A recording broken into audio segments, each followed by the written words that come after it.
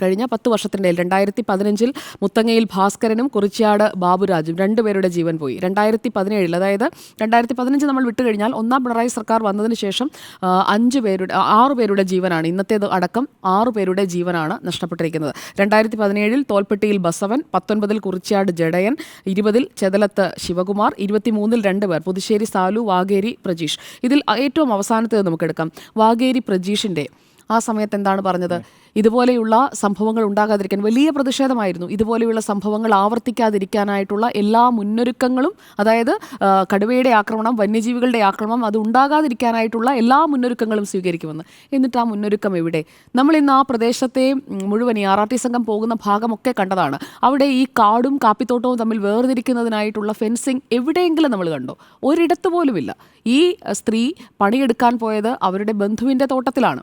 ആ തോട്ടത്തിൽ കാപ്പിക്കുരു പറിക്കാനായി പോകുന്നു. കൃത്യമായി അവർ എല്ലായ്പ്പോഴും പോകുന്ന സ്ഥലമാണ്. അവിടെ വാഴയും കാപ്പിയും എല്ലാം നിൽക്കുന്ന, നമ്മൾ ഈ ചുറ്റുവട്ടത്തൊക്കെ കാണുന്നത് പോലെ, നമ്മുടെ ഈ സ്റ്റുഡിയോയുടെ പുറത്തേക്ക് ഇറങ്ങിക്കഴിഞ്ഞാൽ ഈ കളമശ്ശേരി ഭാഗത്ത് കാണുന്നത് പോലെ തന്നെയുള്ള ഒരു ഭൂപ്രകൃതിയുള്ള ഒരു സ്ഥലത്ത്, വളരെ ശാന്തമായ ഒരു പ്രദേശത്ത് രാവിലെ കാപ്പിക്കുരു പറിക്കാൻ പോയ ഒരു സ്ത്രീയാണ് വലിച്ചെടുത്ത് കൊണ്ടുപോയി കടുവ പകുതി തിന്നിട്ട്, കടുവ അവിടെ കിടക്കുകയായിരുന്നു എന്നാണ് ആദ്യം ചെന്ന, അതായത് ഈ സ്ത്രീയെ തിന്നതിന് ശേഷം കടുവ അവിടെ ഉണ്ടായിരുന്നു എന്നാണ് ആദ്യം ഓടിയെത്തിയ ആളുകൾ കണ്ടു എന്ന് പറയുന്നത്.